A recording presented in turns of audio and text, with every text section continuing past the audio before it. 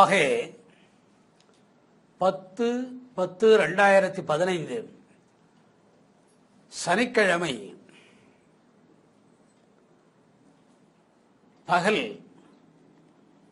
12:50 ஆதிபராசக்தி ஸ்லோகத்தின் 13வது இலக்கம் உரையாக்கம் தொடர்கிறது. இந்த உரையாக்கம் ஷட்வித்யா என்று சொல்லக்கூடிய நிலையில் தொடர வேண்டிய நிலை. ஓம் விஷ்ணு விஷ்ணு திருத்திய பிரதான சரஸ்வதி சரஸ்வதி தேவி வித்யா வித்யா பவானி ஸ்லோக பிரதான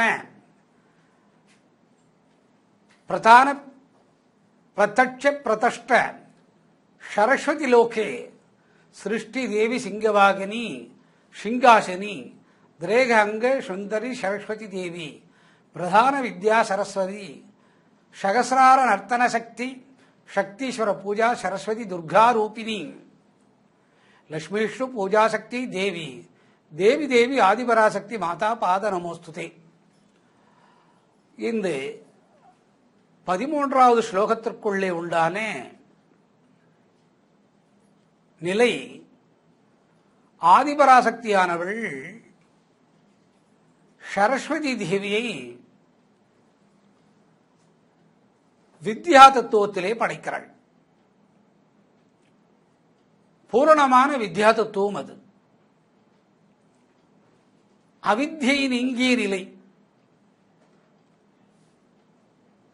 அவித்யை நீங்கிய நிலை. அவித்யை என்பது அழிவு, வித்யா என்பது அழிவற்ற நிலை. வித்யா என்பது அழிவற்ற நிலை. ஏன் அவளை அவித்யா தத்துவத்திற்குள்ளே ஒடுக்க வேண்டிய அவசியமில்லை? ஆன்மீகம் என்பது ஒரு உரையை வாசித்து முடிப்பதில்லை. அதில் உள்ள ஆன்மீக தத்துவங்களை ஆராய வேண்டும். ஆராயும் காலத்தில் யோகத்தினை பயின்று செய்தால் ஓரளவு ஆராய முடியும். அன்னை ஆதிபராசக்தியின் அருள் இருக்க அந்த ஆராய்ச்சியானது ஆன்மீகத்தோடு காட்சிகள், காலங்கள், காலம் கடந்த நிலை, பிரளயங்களுக்கு முன் உள்ள நிலை, பிரளயங்களுக்கு முன் உள்ள நிலை மனிதனால் அறிய முடியுமா? மனிதனால் அறிய முடியும். துவாபரயுகம் எங்கோ முடிந்தது. 5000 ஆண்டுகள் நாம் கடந்து வந்து விட்டோம். அந்த கண்ணனும் கடலுக்குள்ளே சென்று விட்டான். தன் உடலை விடுத்து ஒரு வேடவர்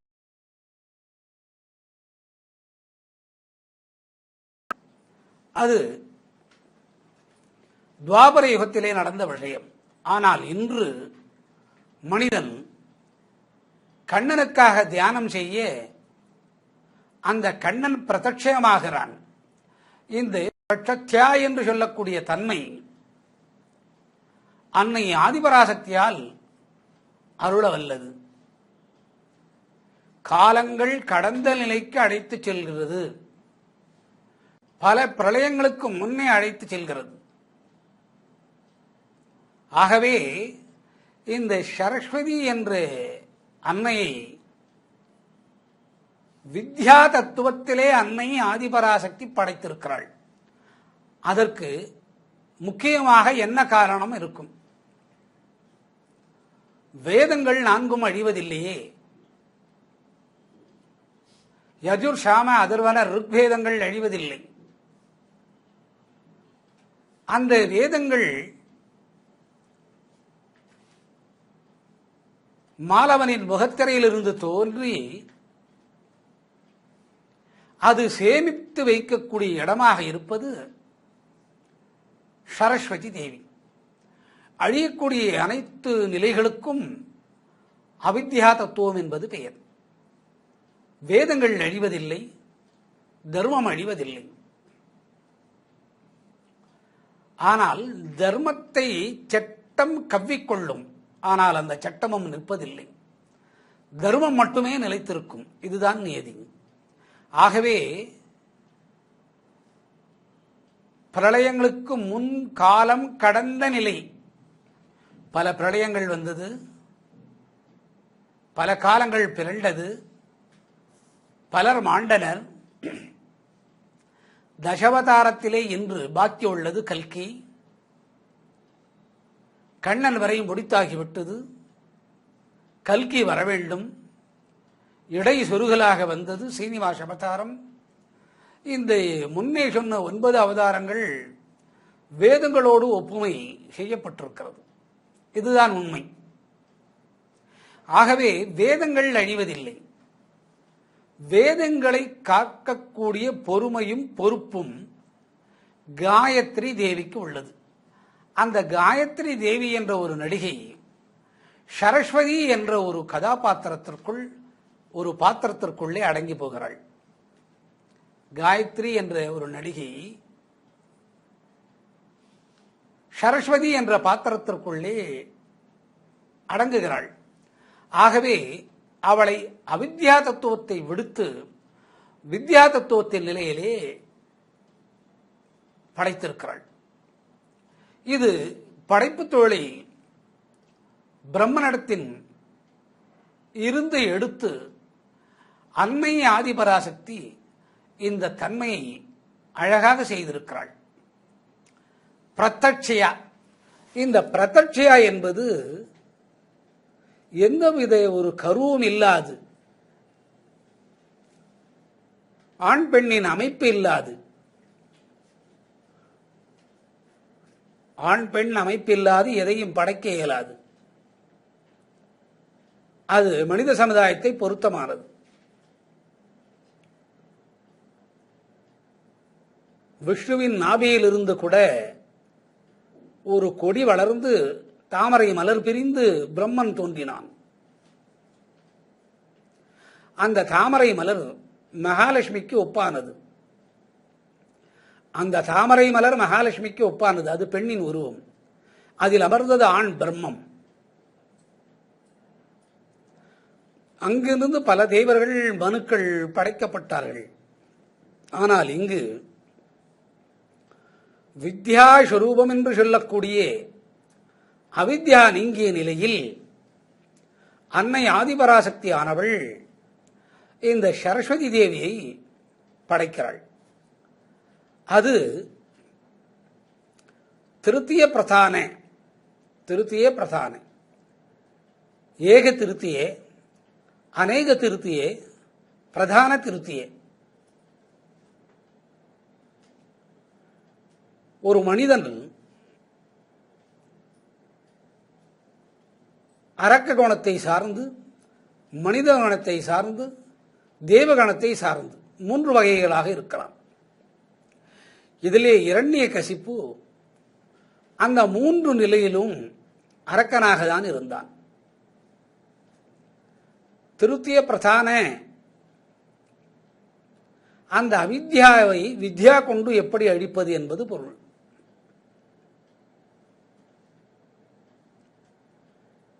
அரக்கனான மனதை கொண்டு ஆன்மீகத்தை பயில இயலாது.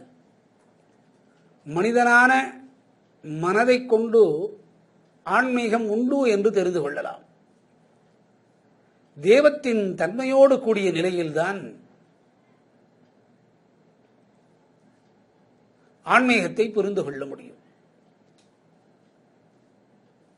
இரண்யன் அரக்கன். 3 நிலைகளும் அவன் அரக்க குணம். ராட்சச குணத்திலும் அவனுடைய நிலை அரக்க குணம். மனிதனாய் அவனை அழைத்து வந்தால் அதிலும் அரக்க குணம்.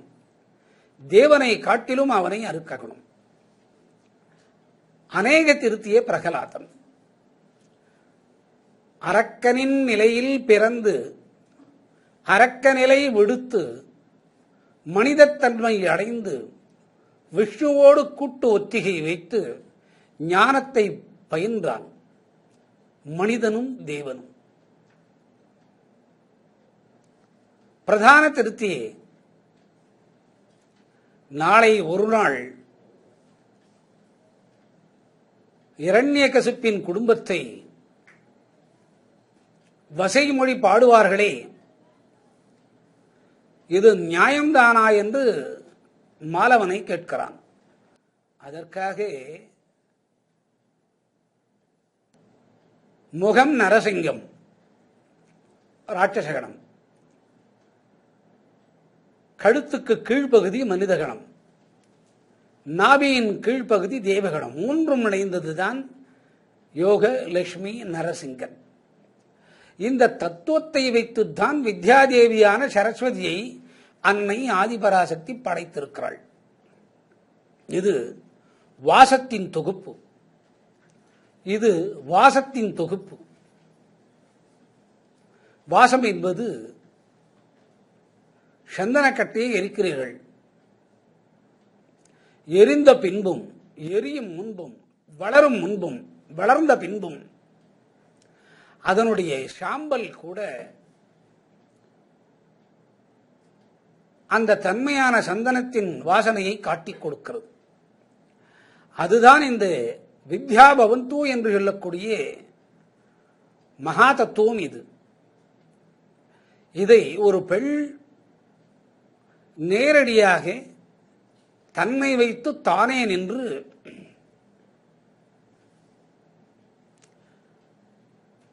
வித்யாஸ்வரூபமாக சரஸ்வதியை படைக்கிறாள். அந்த படைக்கக்கூடிய தகுதி பெற்றவள் அன்னை ஆதிபராசக்தி.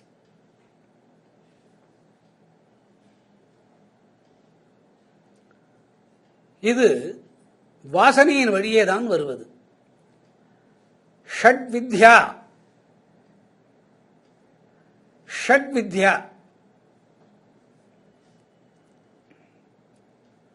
உடலை 6 பாகமாக பிரித்துக் கொள்வது.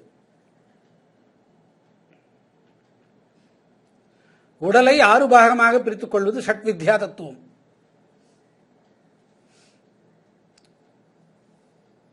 சிரம் கழுத்து வரை ஒரு பாகம், கழுத்திற்கு கீழ் இதயத்தின் கீழ்ப்பகுதி வரை,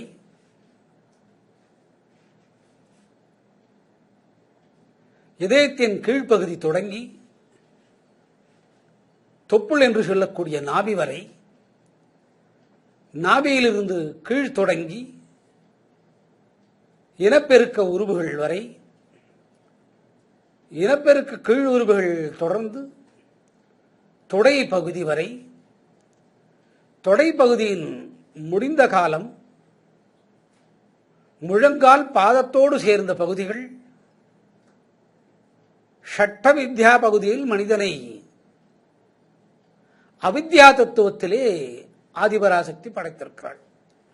இதே உடல் கூறு சரஸ்வதி என்ற பெண்ணுக்கு வித்யா தத்துவத்திலே படைத்திருக்கிறாள். வித்யா வித்யா இல்லை. அவித்யா ஏன் இல்லை? வேதங்கள் அழிக்குமானால், அழிந்து விடுமானால் அந்த சரஸ்வதிக்குள்ளே அவித்யாவை புகுத்தலாம். வேதங்கள் அழிவுபடாது. ஆகவே வித்யாவுக்குள்ளே சரஸ்வதியை புகுத்தி படைத்து விட்டாள். இந்த ஷட்வித்யா, வித்யாதான் ஷட்வித்யாக பெறுகிறது. இந்த 6 நிலைகளை மனிதனோடு சொல்லக்கூடிய காலத்தில் 6 பாகங்களாக உடலை பிரித்துள்ளாள். 6 பாகத்திலும் அவித்யா மாயை தான், ஆசை.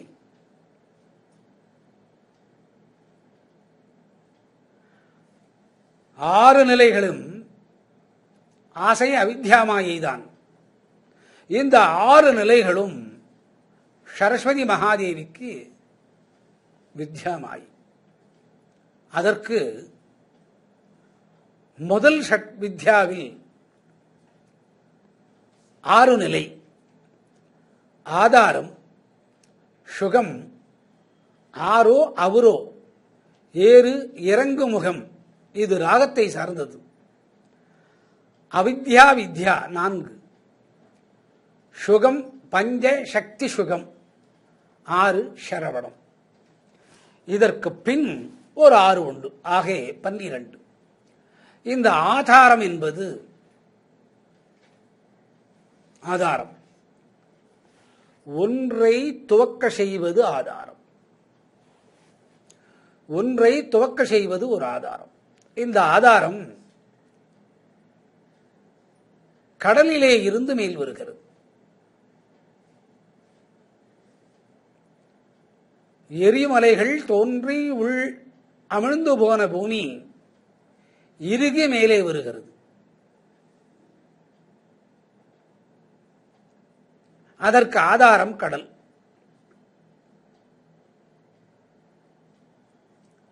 அந்த கடலின் தன்மை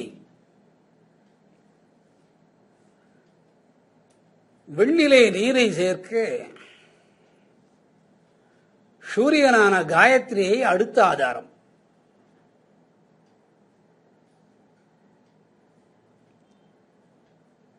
இறுகி வந்த மலைகள் மணலில் பரப்பாக பூமியின் ஆதாரம்.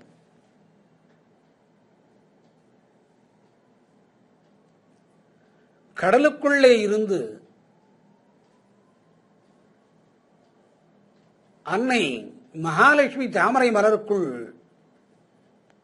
அதாவது மூடிய தாமரை மலருக்குள் யோக நிஷ்டையில் இருந்தாள்.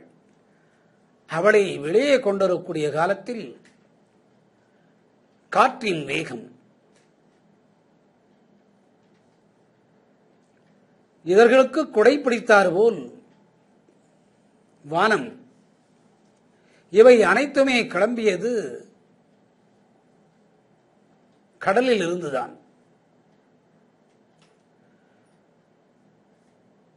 கடல்தான் இதற்கு ஆதாரம். இதுகள் கூட பிரளய காலத்திலே கல்கி என்ற பகவானை வைத்து அவனுக்குள் உள்புகுந்து விடுமாறு செய்கிறாள். ஷட்வித்யாவில் முதல் தத்துவம் இது ஆதாரம். எத்தனையோ சூரியன்கள் வந்தது, எத்தனையோ சூரியன்கள் மறைந்தது. எழுகடல் என்பான். நாம் பார்ப்பது ஒரே கடல்தான். பூமியில் மேலே இருப்பது, கண்ணுக்கு தெரிவது, கரைக்கு சுனாமியை கொண்டு வருவது, இதுதான் இயல்நிலை. மற்றும் 6 கடல் மேல் உலகத்திலே உண்டு. அங்கிருந்து நீர் கொட்டாதா என்று ஒரு கேள்வி வரும். சூரியன் அந்தரத்திலே தொங்குகிறான், விழுவதில்லை. சந்திரன் அந்தரத்திலே இருக்கிறான், விழுவதில்லை. செவ்வாய், புதன், குரு, சுக்கிரன், சனி, ராகு, கேத்து கோள்கள் பூமியை வலமாக சுற்றி, பூமி தன்னைத்தானே சுற்றி அந்தரத்திலே நடந்து கொண்டிருக்கிறது. இதுகள் கீழே விழுவதில்லை. இதுதான் ஆதாரம். இந்த ஆதாரத்தை படைப்பது ஒரு பெண் தான் செய்கிறாள். அவள்தான் அன்னை ஆதிபராசக்தி. இவைகள் அனைத்துக்கும் அழியும் கூடிய தன்மையும் அவளே கொடுத்து விடுகிறாள். ஏன் இதுகளுக்கு அழியும் தன்மையை அவளே கொடுக்கிறாள்? தன்னை தான் அதுகள் அறிவதில்லை.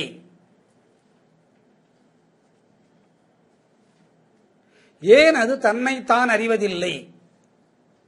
கிரகங்களின் சுழற்சியும் 27 நட்சத்திரங்களின் சுழற்சியும் மாறி வரும் காலத்திலே இவைகள் ஒன்றோடு ஒன்று பகையாகி முட்டிக்கொண்டு மாண்டிவிடும். அதற்காகத்தான் கல்கி என்பதை 10வது இலக்கத்திலே வைத்திருக்கிறான். இவை அனைத்தும் ஆதாரம். வித்யா என்பது அழியாது. அதற்காக ஒரு பெண்ணை அன்னத்தின் மேல் அமர வைத்து, வெண்தாமரையில் அமர வைத்து, பால் நிலவு போன்று முகத்தை அளித்து, வெண்ணிறமான வர்ணத்தை அவள் திருமேனியிலே புகுத்தி, வெண்ணாடை உள்ளும் வெளியும் கட்டி, அவள் நகங்கள் கூட சங்கின் ஒடியால் வெளுத்தது போல் அமைய செய்கிறாள். இதுதான் சரஸ்வதி. அவளுக்கு வித்யா பகுந்து என்பது பெயர். தானே நேரடியாக நின்று தன்னுடைய கண்ணின் கிரணங்களால், ரோமக்கால்களால் கண்ணை மூடி இமைத்து மூடி இமைத்து மூடி இமைத்து அருமுறை செய்து 2 பன்னிரு தத்துவங்கள் அவளுக்குள்ளே அடங்குவது செய்கிறாள். அனைத்துக்கும் அழிவுண்டு, அவளுக்கு அழிவில்லை, அது வித்யாதம். கடலுக்கும் விண்ணுக்கும் வானுக்கும் மழைக்கும் நீருக்கும் நெருப்புக்கும் அனைத்துக்குமே அழிவு உண்டு. ஆனால் வித்யாபவன் தூ என்று சொல்லக்கூடியவளை பிரதான பிரதட்சையே உருவத்தோடு கொணர்தல். பிரதஷ்டா ஒருவரால் செய்யப்படுவது சிலை உருவம். அந்த பிரதட்சையே மனிதன் போன்ற ஒரு உருவத்தை அவளுடைய கண் இமைகளின் வழியாக பிரதிஷ்டிதா செய்கிறாள் அன்னை. அவளுக்கு இவள் வைத்த பேரு சரஸ்வதி. அவள் அமைந்த இடத்திற்கு பேரு சரஸ்வதி லோகே. அந்த லோகங்கள் 12 பாகங்களாக சிருஷ்டி செய்கிறாள்.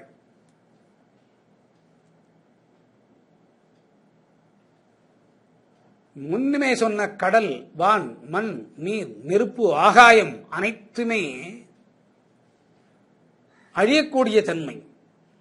ஆனால் எங்கே சட்வித்யா?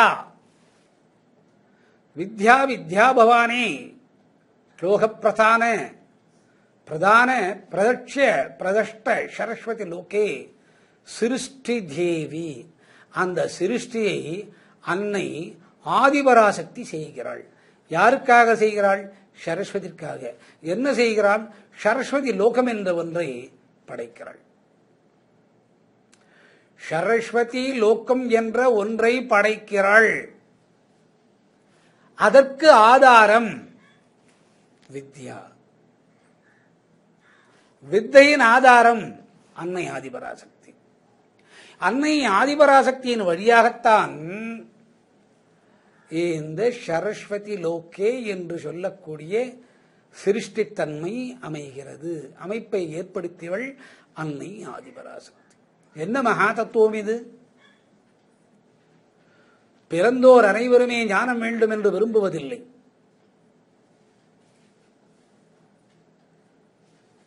ஞானத்திற்கு பக்கவாத்தியமாக உலக இன்பங்கள் அனுபவிக்க வேண்டும் என்கிறான்.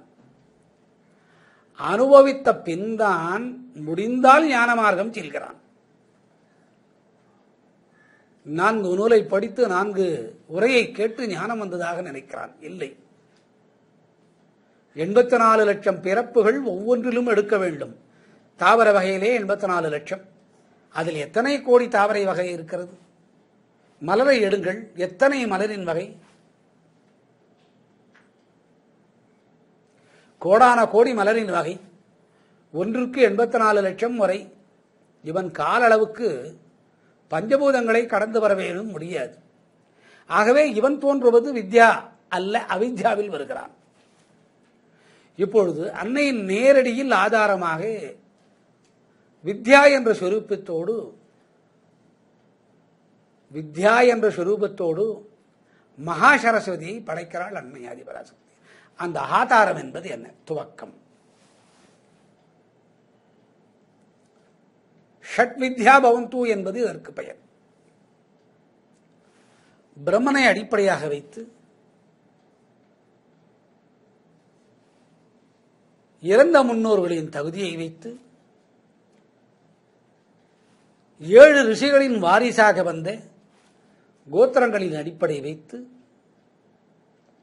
அதற்கு முன்னோர் பல்லாயிரம் கோடி ஆண்டுகளின் இயக்கத்தை ஒன்று கூட்டி அதற்கு நட்சத்திரங்களை இயக்கி சூரியாதி குடும்பத்தை கிருத்திகையிலே வைத்து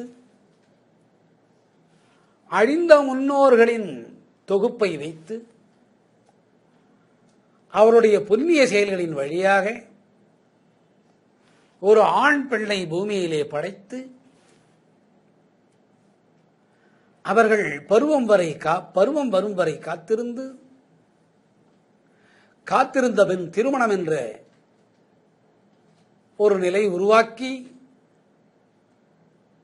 உடல் இன்பம் கண்டு பிறப்புகள் நடக்கிறது. இவை அனைத்தும் அவித்யா தத்துவத்தின் ஆதாரம். வித்யா அந்த தத்துவத்தின் ஆதாரம். நேரடியாக நேரடியாக தன்னுடைய கண் இமைகளை ஒரு முறைக்கு 6 பாகமாக பிரித்து 2 6 பாகமாக 12 முறை தன்னுடைய கண்ணை தானே தன்னை வைத்து தியானித்தல். இது தியான பயிற்சியின் முதிர்ந்த நிலை.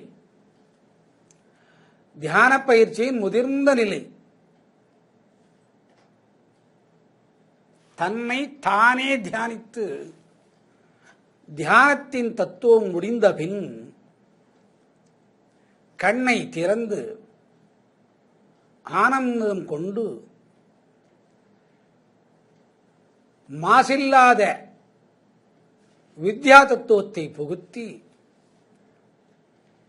எந்த ஒரு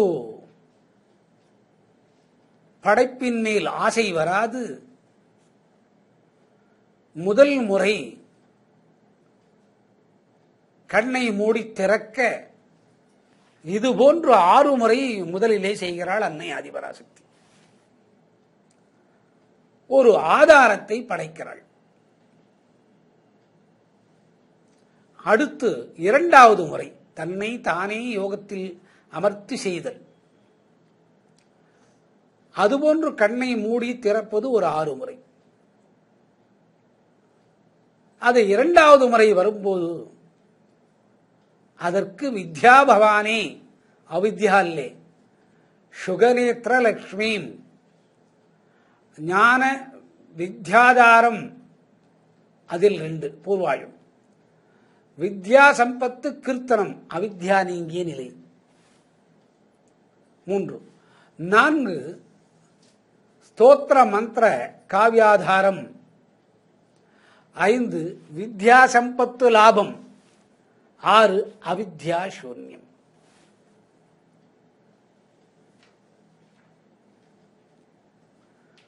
அவித்யா சூன்யம் இப்பொழுது மனிதரை படைக்கும் போது ஆதாரத்தில் அவித்யா என்ற அழிவின் நிலையை வைத்து படைத்து விடுகிறாள்.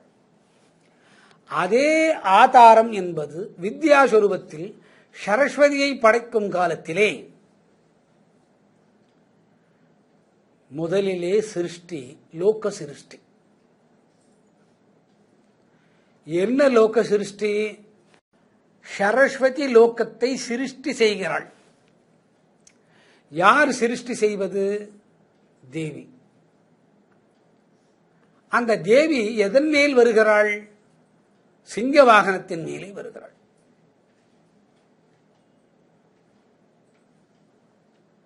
உலகம் அனைத்தும் சிங்கமாக்கி அதன் மேல் வருவது.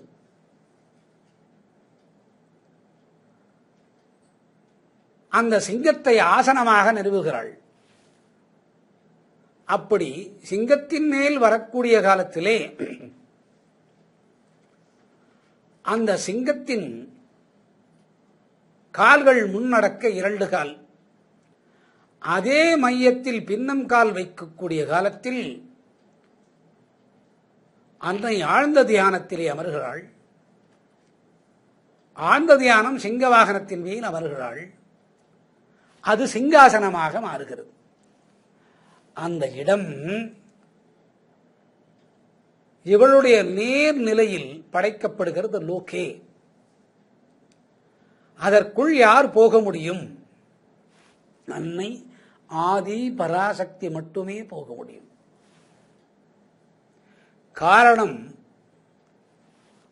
ஆணின் கலப்பில்லாத நிலை, ஆணின் கலப்பற்ற நிலை. அதற்கு சரஸ்வதி லோக சிருஷ்டி.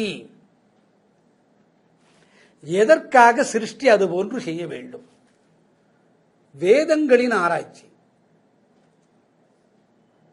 ஒன்று ஆதாரம் சரஸ்வதி லோகத்தின் சரஸ்வதி தேவிக்கு வித்யா தத்துவம். அதே மனிதர்களை படைக்கும் போது அவித்யா தத்துவம். சுருங்க சொல்லில் ஜனன மரணத்தை கடக்க முடியாதவன் மனிதன். ஜனனத்தின் நிலையை கூட்டிக் கொடுத்து மரணத்தை வெல்வது வித்யா தத்துவம்.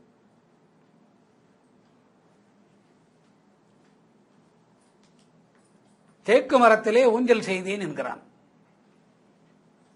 அந்த தேக்கு மரத்துக்கு ஒரு பெயர் வருகிறது ஊஞ்சல் என்று.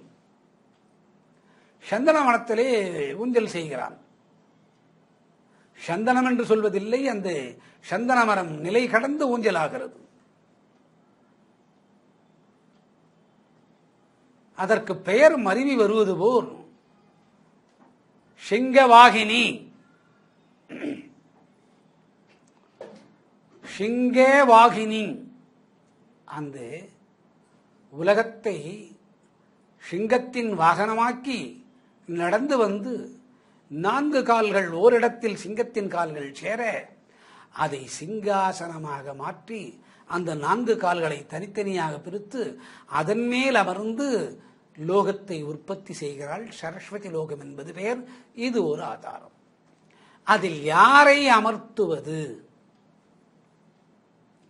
ஆணை அமர்த்தலாமா, பெண்ணை அமர்த்தலாமா? உங்களுக்கு இந்த கேள்வி பிறந்திருக்குமே. முன்னும் மாலவனை படைத்தாகிவிட்டது. அன்னை ஆதிபராசக்தியை ஆராய்ந்தவன் படுத்துறங்கும் நிலையிலே இருந்திருக்கிறான் அரங்கன் என்று பெயர் வைத்தான். இன்று வரை அந்த அரங்கனை விபீஷணன் பூஜை செய்கிறானாம். இலங்கையிலிருந்து வந்து ஒரு தெரியாது சூட்சம திரேகத்திலே வந்து ஸ்ரீ ரங்கத்திலே இருக்கக்கூடிய அரங்கனை விபீஷணன் பூஜை செய்கிறான். அது ராமருடைய காலத்துக்கு முன்னும் கண்ணுடைய காலத்துக்கு இடையிலும் கண்ணனும் ராமனும் கூட பூஜை செய்ததாக ஐதீகம். கண்ணனுடைய சிலையை ராமன் பூஜை செய்ததாக ஐதீகம். கண்ணன் காலம் பிறக்கவில்லை, ஆனால் ராமன் பூஜை செய்தான். ஒன்றுமில்லை, குருவாயூரின் தத்துவம் இதுதான். இப்பொழுது இந்த லோகத்துக்குள்ளே ஆணை படைப்பதா, பெண்ணை படைப்பதா? உலகியல் இன்பங்கள் ஆணுக்கு அதிகமா, பெண்ணுக்கு அதிகமா? அதற்காகத்தான் 6 முறை கண்மூடி கண் திறக்கிறாள். அடுத்து 6 முறை கண்மூடி கண் திறக்கிறாள். 12 முறை. ஆணின் ஏக்கத்தம் அவித்தை என்று சொல்லக்கூடிய அழிவுத்தன்மையோடு கூடுகிறது. பெண்ணின் தன்மை வித்யா என்று சொல்லக்கூடிய நிலையில் வாசம் செய்கிறது. வித்யா. ஆகவே அங்கு சரஸ்வதியை படைத்து விட்டாள். ஆதாரம் ஒன்று, ஆதாரம் ஒன்று. மனிதனுக்கு 6 பாகமாக உடலை பிரித்தாள். ஷட் வித்யா, வித்யா என்ற சொல்லுக்குள்ளே ஷட் வித்யா என்று பிரிகிறது. இந்த ஷட் வித்யா மனிதனின் தன்மையோடு ஒப்புமை செய்யும் போது ஆக்கலும் அழித்தலும். இந்த ஷட் வித்யா அன்னையோடு ஒப்புமை செய்யும் போது வித்யா அவித்யா அற்ற நிலை. அதற்கு ஆதாரம் சரஸ்வதி லோகம். சிருஷ்டி செய்தது அன்னை ஆதிபராசக்தி. அங்கு தானே தன்னுடைய நேர்பார்வையில் சிங்கத்தின் மேல் அமர்ந்து உலவி வந்தாள். தன்னுடைய கண்ணின் கிரணசக்தியால் சரஸ்வதியை உண்டாக்கிவிட்டாள். இதற்கு ஆதாரம் என்பது பெயர். பெண்ணின் தன்மையோடு ஏன் படைக்க வேண்டும்? இந்த ஆன்மீகத்தின் தத்துவத்தை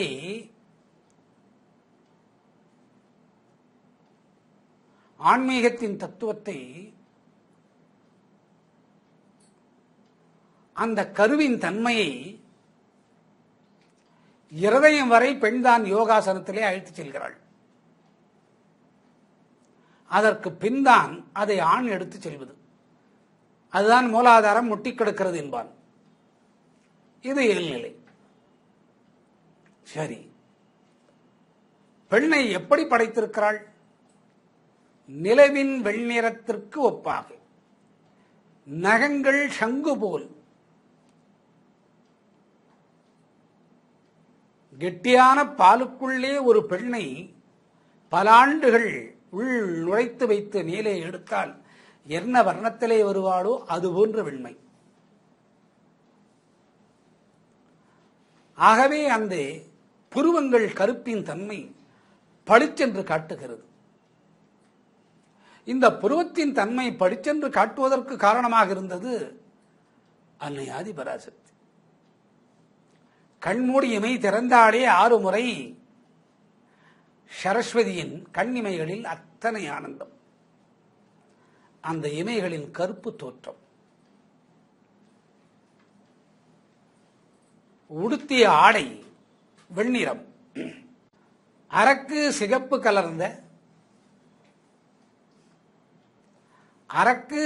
கலர்ந்த கரைகள்,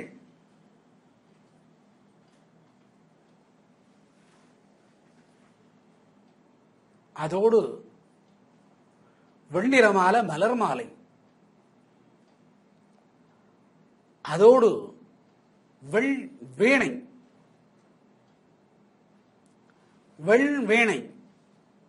துன் துபி. நாரதனின் வீணைக்கு கூட இந்த பெயர் உண்டு. இந்த வீணைக்கு பல பெயர்கள் உண்டு. துன் துபி. ஏன் இந்த வீணையை அவளிடத்திலே கொடுக்க வேண்டும்? தன்னை ஆதிபராசக்தியானவள் வித்யா தத்துவத்திலே படைத்திருக்கிறாள். அவித்யாவை கடந்த ஒரு மானிடர்கள் தன்னை பற்றிக் கொள்ள வேண்டும் என்பதற்காக இந்த துன்துபி என்ற வீணை. அதற்கு நாதம் என்பது பெயர். இது ஆதாரம். சிசு 10ஆம் திங்கள் பிறக்கிறது. 10ஆம் திங்கள் பிறக்கும் போது பூமியை தட்டியவுடன் நாதத்தின் பிராணத்தின் சுவாசம் குழந்தைக்கு ஏறுகிறது. இது பிராணவாயு. இந்த குழந்தையின் பிராணவாயு 120 மைல் வரை மேல் விறகுக்கு செல்ல முடியும். அதற்கு பின் செல்ல முடியாது. இது அவித்யாவின் ஆதாரம், வித்யாவின் ஆதாரம்.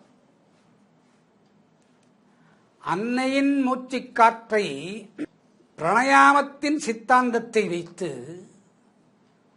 தானே கண்மூடி தியானித்து கண்ணை திறந்து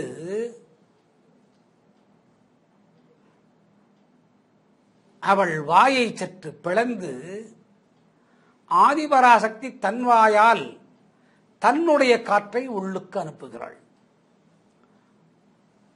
சாதாரண பிராணவாயும் தன்மையை கடந்த நிலை இது. இதற்கு ஆதாரம். இந்த ஆதாரம் படைக்கப்பட்ட நாள் முதல் உலகங்கள் இருண்ட நாள் வரை பிறண்டு போய் அழிந்தும் பின் ஒரே நிலையில் இருக்கும். This is called file security, profile security. இந்த தன்மையை, தன்னுடைய பிராணத்தின் சக்தியை வாய் வழியே கொடுக்கிறாள். புரியவில்லை என்பேன். குழந்தை ஒன்று பிறக்கிறது. அந்த குழந்தைக்கு நீராட்டுகிறீர்கள். நீராட்டக்கூடிய அந்த வேலைக்காரி உள்நாக்கை மேலே தூக்கி விரல்களை வாய்க்குள்ளே விட்டு தன்னுடைய வாயால் காற்றை அந்த குழந்தையின் வாய்க்குள்ளே உமிழ்வாள். அடைப்பு மூக்கு வழியே இருக்கக்கூடிய அனைத்து சளி வந்து சேர்ந்து வெளியே வந்துடும். அந்த பிராணத்தின் நிலை இது அவித்யாமாயி. ரெகுலரைஸ், அந்த குழந்தை நன்றாக இருக்கும். ஆனால் இங்கே அன்னை தன் வாயால் வித்யாதேவியான சரஸ்வதிக்கு பிராணத்தின் ஓம்கார ஸ்ரீ தத்துவத்தை கொடுக்கிறாள். உயிரான உடல், வித்யா தத்துவத்திலே உயிரான உடல். அந்த வித்யாவானது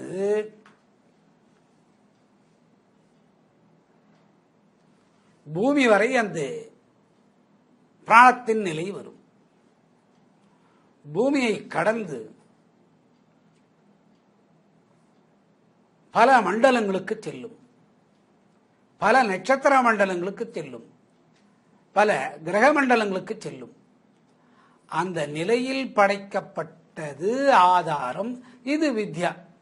மனிதனுக்கும் அன்னை சரஸ்வதிக்கும் வேறு வேறாக ஆதாரத்தின் நிலையை ஆதிபராசக்தியான அன்னை படைத்திருக்கிறாள்.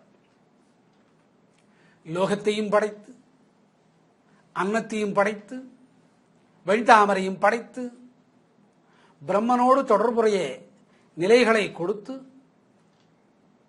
அவித்யாவை தவறுதலாக படைக்கக்கூடிய காலத்திலே வித்யாதேவி சொல்ல வேண்டும், இவை அனைத்தும் படைத்துக் கொடுக்கிறாள். இவை அனைத்தும் படைத்துக் கொடுக்கிறாள். இதற்கு வித்யா பவந்து. இது முதல் நிலை ஆதாரம். மனிதனுக்கும் தேவி சரஸ்வதிக்கும் அன்னை ஆதிபராசக்தி ஆதாரத்தினை வேறு வேறாக படைக்கிறாள்.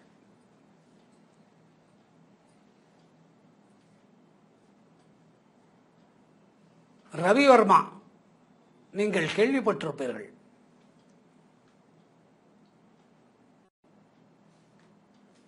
மகாசக்தி கொண்டு பிறந்தான். ஓவியத்திலே உலகிலே இன்று வரையில் முதன்மையில் இருக்கிறான். ஒரு நாள் தான் தியானத்திலே இருக்கக்கூடிய காலத்தில் சிவனின் நாட்டியம், உடன் ஆடிய பார்வதியின் நாட்டியம், அந்த கூந்தல் விரிந்த நிலை, சிவனின் கூந்தல் விரிந்த நிலை,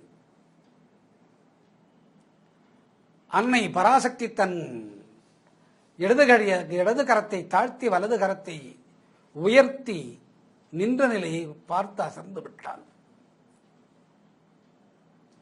இது இருவர் நடனமாடுகின்றாரே என்று நினைத்தான் ரவிவர்மா. இதில் ஞானம் கண்டுபிடிக்க முடியவில்லை என்றார். உடனே ருத்ர அகோர ரூபம் கண்டு சிவன் நடனமாடினான்.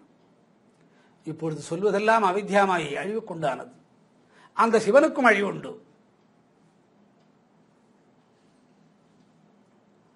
அந்த சிவன் நடனமாடிய போது ஒரு ஆணின் உருவம் தென்பட்டது. அதற்கு பெயர் முயலகன், மாயை என்பது சொல்லுது.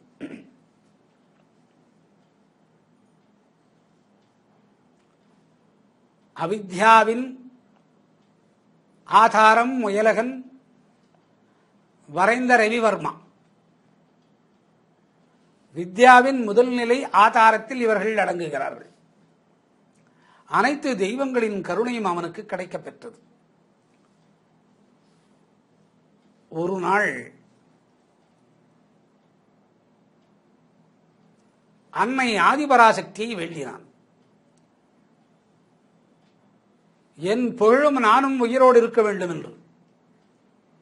அன்னை சொன்னாள், உன்னுடைய ஓவியம் இருக்கும், நீ அழிந்து படுவாய், கேரளம் முன்னால் புகழ் பெறும் என்றான். சரி, உண்மைதான். இருந்தாலும் அவனுக்குள்ளே ஒரு ஆசை. என்ன ஆசை? அனைத்தும் வரைந்தாகிவிட்டது. அன்னைக்கு நேரடியான தொடர்புடைய, ஆதிபராசக்திக்கு நேரடியான தொடர்புடைய சரஸ்வதியை வரைய வேண்டும் என்று. இவனால் முடியவில்லை. காரணம், இவன் வித்யா என்ற ஷட்வித்யாவில் முதல் நிலையில் ஆதாரத்தில் அவித்யா தத்துவத்திலே அடங்கியிருக்கிறான். இருந்தாலும் அன்னை ஓரளவுக்கு காட்சியை கொடுக்கிறாள், வரைய முற்படுகிறான். வரைவுக்குள் அடங்கவில்லை.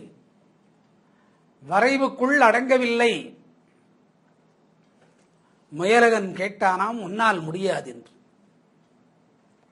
ஏன் முடியாது? அனைத்தும் வரைந்து விடலாம், அன்னத்தை வரைய இயலாது. அன்னத்தையும் வரைந்து விடலாம், அன்னம் பருகும் நீரை வரைய முடியாது. அந்த நீரையும் பருகிவிடலாம்,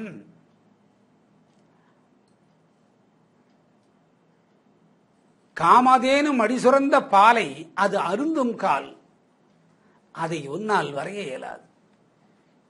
அப்படியா? இதோ தியானத்தில் இருக்கிறேன் என்று இருந்தான். காமதேனுவின் மடிப்பால் கிடைத்தது, அன்னத்திற்கு கொடுப்பது போல் அமைந்தது. அன்னம் அதிலும் நீரை பிரித்து உள்ளதாம். இது உன்னால் வரைய இயலாது. இது வித்யாபவந்து. அந்த அன்னத்திற்கே அத்தனை மகா தத்துவம் இருக்குமாயின், அந்த அன்னத்திற்கே இத்தனை மகா தத்துவம் இருக்குமாயின், அந்த வித்யா என்று சொல்லக்கூடிய சரஸ்வதிக்கு எத்தனை இருக்கும், எத்தனை ஆனந்தம் இருக்கும். இதை யார் செய்தது? அன்னை ஆதிபராசக்தி செய்கிறாள். இதுதான் ஆதாரத்தின் நிலை.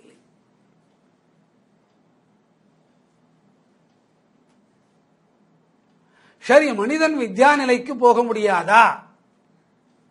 அவ்வளவு சீக்கிரமாக போக முடியாது.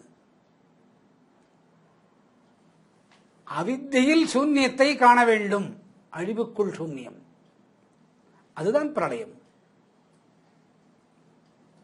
அவித்தைக்குள் சூன்யம் காண வேண்டும், அதுதான் பிரளயம். யாரும் இல்லை என்பபோது சூன்யத்தை எப்படி காண முடியும்? அதற்குத்தான் இரண்டாவது நிலை சுகம் என்று வைத்திருக்கிறாள். சுகம்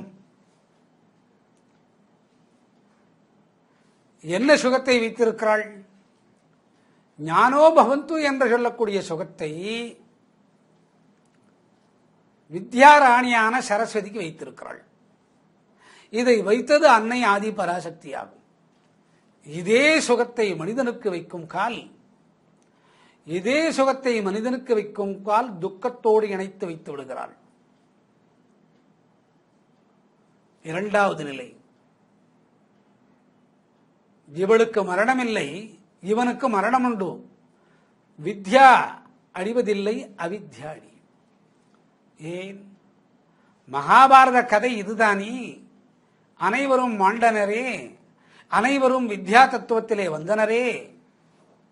அனைவரும் வித்யா தத்துவத்தில் வந்தனரா? அதை நாட்டிவிக்கும் நடிகன் கூட, மகாவிஷ்ணுவான கண்ணன் கூட அவித்யாமாயை வந்துதான் அந்த இடத்தை சீர் செய்தான். இரண்டாவது நிலையிலே இருக்கக்கூடிய வித்யா, அதாவது ஷட்வித்யாவில் முதல் நிலை ஆதாரம், இரண்டாவது நிலை சுகம்.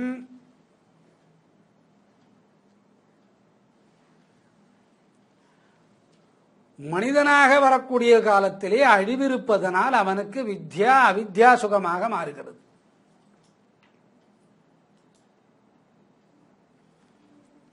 அங்கு அழிவில்லாததால் அது வித்யா சுகமாக மாறுகிறது.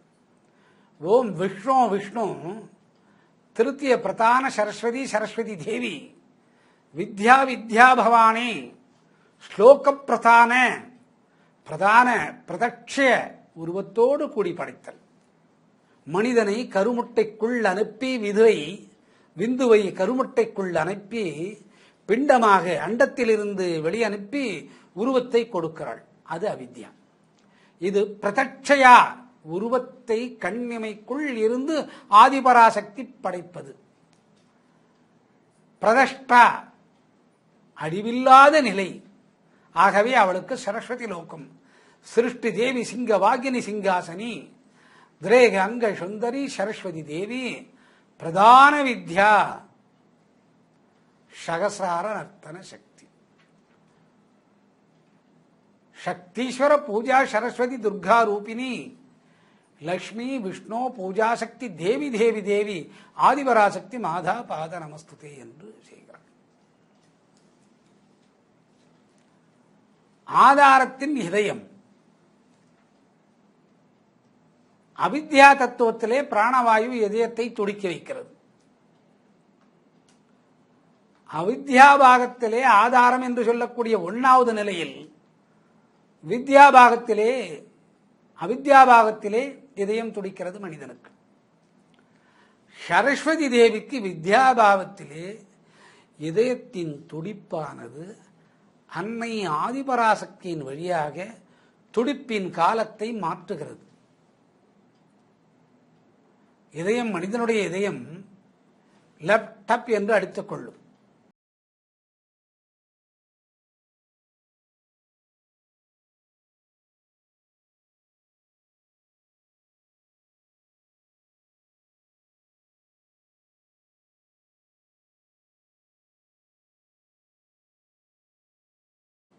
பல்லாயிரம் கோடி ஆண்டுகள் அந்த இதயத்தின் தன்மை வேறு. வித்யா பவந்து என்று சொல்லக்கூடிய நிலையிலே அந்த இதயத்தை படைத்திருக்கிறாள்.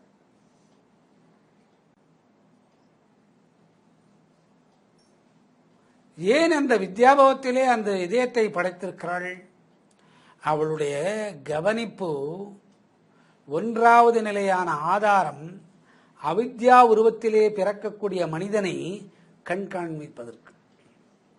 ஞானமே வந்துவிட்டது என்பான், ஞானம் வந்ததாகாது. நான் ஞானியாகிவிட்டேன், புலால் மறத்தேன் என்பான். சைவ உணவுக்கு வந்துவிட்டேன் என்பான். மனமடங்காது, மனமடங்காது. அதற்கே 108 பிறப்புகள் எடுக்க வேண்டும். அந்த 109வது பிறப்பு தான் பிராமணத்துவம். பிராணனை பிராணன் கொண்டு அறிவது பிராமணத்துவம். பிராணனை பிராணன் கொண்டு அறிவது பிராமணத்துவம். பிராமணன் என்ற ஒரு ஜாதி அல்ல இது. அதற்காகத்தான் காயத்ரியை பெண் ரூபத்திலே படைத்து வேதங்களோடு நிறுத்திவிடுகிறாள். யஜுர் சாம ஆதரவன ருக் என்ற வேதங்களை அவரிடத்தே கொடுத்தாள். அந்த நாடகக்காரியை சரஸ்வதி என்ற பாத்திரத்திற்குள்ளே விடுகிறாள். அந்த பாத்திரம் அவளை பத்திரமாக பார்த்துக் கொள்கிறது. மனிதனின் பிராணத்தின் பிராணம் அழியும். அவளுடைய பிராணனின் இதய சுருங்கலும் விரிதலும் பல்லாயிரம் பல கோடி ஆண்டுகள் ஆகும். ஆகவே அவளுக்கு வித்யா,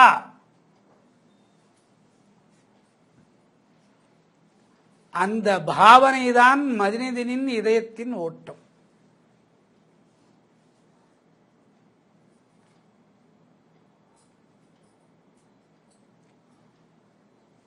அவித்யா தத்துவத்திலே ஆண் பெண் இருவரை படைக்கின்றாள். அவித்யா தத்துவத்தில் ஆண் பெண் இருவரை படைக்கின்றாள். வித்யா தத்துவத்தில் சரஸ்வதி, வித்யா தத்துவத்தில் சரஸ்வதி அன்னை ஆதி பராசக்தி கொடுத்த பிரதானத்தின் தன்மை பிரதிஷ்டிதா செய்கிறாள். பிரதிஷ்டா என்பது உயிரோடு வெளிவருதல். பிரதிஷ்டா என்ற சொல்லுக்கு ஒரு பெண்ணை படைத்து அவித்யாமாயைக்குள்ள அவளை புகுத்தி பருவம் வரும் வரை காத்திருந்து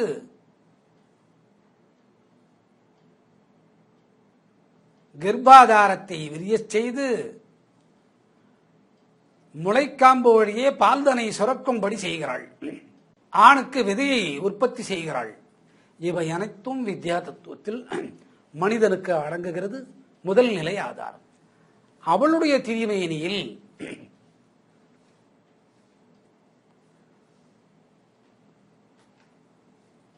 இந்த அமைப்பு ஞான மார்க்கத்திற்கு மட்டுமே 7 ரிஷிகளின் வாயிலாக படுத்தப்படுகிறது. 7 ரிஷிகளின் வாயிலாக என்பது ஆணை வைத்தல்ல, அவர்களுடைய யோக சித்தாந்தத்தை வைத்து. அதுதான் பித்தேறிய நாரதர் இன்று வரை நாராயணா என்று சொல்லி அலைந்து திரிகிறான். அவனும் துந்துபியுடைய நாதவேணையை மீட்டு வருகிறான். அவனுக்கே புரியவில்லை. அனைத்து லோகத்தை கண்டவன், காண்பவன், காணக்கூடியவன், சென்று வருபவன், விண்ணுலகம் மண்ணுலகம் என்று அனைத்து உலகத்தையும் காண்பவன், 64 கலைகளின் தத்துவத்தை ஆராய்பவன், நாராயணனோடு ஒன்றிருப்பவன், லட்சுமியோடு இணைந்திருப்பவன், பிரம்மத்தின் மூலத்தின் தந்தையாகவே இருந்த பிரம்மனை அறிபவன். என்ன செய்வது? அவனுக்கே விளங்காத நிலை. அவளுடைய உடலின் முன்பகுதியின் தத்துவம் ஆன்மீகத்திற்குண்டான ஞான வித்யா தத்துவத்தின் ஆகாரமாக இந்த வெண்ணிறமான பால் திரவம் கோடியில் ஒருவனுக்கு அமைகிறது. அந்த ஞானப்பாலை அறிந்தவன் ராமகிருஷ்ண பரமாம்சம் இந்த நூற்றாண்டு, இந்த 1000 ஆண்டு காலத்திலே.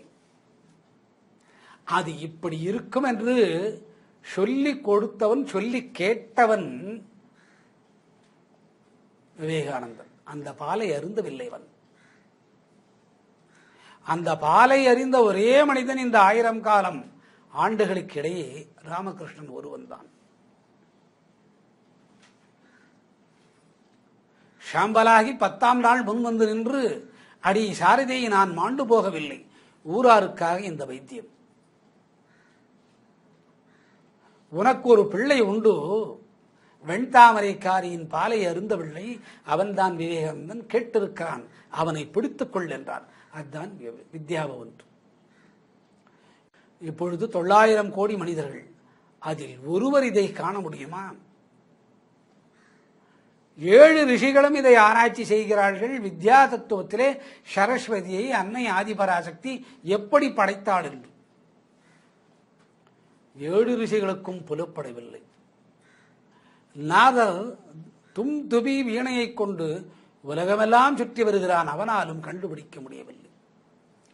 அதுதான் ஆதாரம். அவளுடைய நாபியின் தத்துவம் ஸ்ரீக்குள் அடங்கியிருக்கிறது. சரஸ்வதி மகாதேவியின் நாபியின் தத்துவம் ஸ்ரீக்குள் அடங்கியிருக்கிறது. மனிதனின் நாபியின் தத்துவம் அவித்யா என்று சொல்லி ஓமில் தொடங்கி மரணத்துக்குள்ளே முடிகிறான். அதனால்தான் மாயையோடு கலந்த ஓங்காரம் இவளுடைய நாபிக்குள்ளே ஸ்ரீ தத்துவம், வித்யா தத்துவம், ஓம்காரத்தின் நிலை, அவித்யா தத்துவம் அவளுடைய முதுகு தண்டு மனிதனின் பிறப்பை சீர் செய்கிறது. சரஸ்வதியின் முதுகுத்தண்டு மனிதனின் பிறப்பை சீர் செய்கிறது. அவித்தியிலிருந்து அவன் வித்யாவுக்கு திரும்பி வர சரஸ்வதி தேவியின் இதய துடிப்பானது உதவிக்கரமாக அமைகிறது. இது ஆனந்தமயமான ஒரு விஷயம். இதற்கு ஆதாரம் என்பது பெயர். ஆதாரம், படைப்பின் துவக்கம் ஆதாரம். படைப்பின் துவக்கம் ஆதாரம். அதற்கு வித்யா என்ற நிலை, ஷட் வித்யா என்ற தத்துவத்திற்குள்ளே முதல் நிலையின் ஆதாரம் இதுதான். முதல் நிலையின் ஆதாரம். ஆதாரத்தின் உடல் பகுதிகள் மற்றும் சேர்க்க வேண்டியது உள்ளது. அது சேர்த்த பின் தான் சுகத்தின் நிலை 2வது நிலையில் காண வேண்டும். சுகத்தின் நிலை 2வது நிலையில் காண வேண்டும். மனிதனுக்கு அவித்யா தத்துவம், முத்தேவியில் சரஸ்வதிக்கு வித்யா தத்துவம். இந்த வித்யா தத்துவம் என்பது அழிவுபடாது, அவித்யா தத்துவம் என்பது அழிவுபடும். பிரம்மனால் படைக்கக்கூடிய அனைத்தும் அவித்யா தத்துவத்திலே வருகிறது. ஞானத்தின் அனைத்து இடைச்சொல்களும் வித்யா தத்துவத்திலே வருகிறது. இந்த வித்யா தத்துவத்தின் தன்மையை ஆதிபராசக்தி தான் நேரடியாக கவனிக்கிறாள். இதுதான் விஷ்ணு திருத்திய பிரதான சரஸ்வதி தேவி வித்யா வித்யா பவானே ஸ்லோக பிரதான பிரதட்ச பிரதஷ்ட சரஸ்வதி லோக சிருஷ்டி தேவி சிங்கவாகினி சிங்காசினி திரேகங்கு சுந்தரி சரஸ்வதி தேவி பிரதான வித்யா சரசார நர்த்தன சக்தி சக்தீஸ்வர பூஜா சரஸ்வதி துர்கா ரூபிணி. அவளே நானாகிறேன், நானே அவளாகிறேன். லட்சுமி விஷ்ணு பூஜாசக்தி தேவி தேவி தேவி ஆதிபராசக்தி மாதா பாத நமஸ்துதே. அந்த அவித்யா தத்துவத்திலே இருக்கக்கூடிய லட்சுமியும் விஷ்ணுவும் கூட அன்னை ஆதிபராசக்தியை பூஜை செய்து அவளுடைய வந்தனங்களை பெறுகிறார்கள். ஆதிபராசக்தி மாதா பாத நமஸ்துதே இவளுடைய வந்தனங்களை அவளிடத்திலே கொடுக்கிறார்கள். பரிமாற்றம் என்பது பெயர். மேலும் சுகம் எப்படி தொடர்கிறது என்று சற்று பொறுத்திருந்து பார்ப்போம்.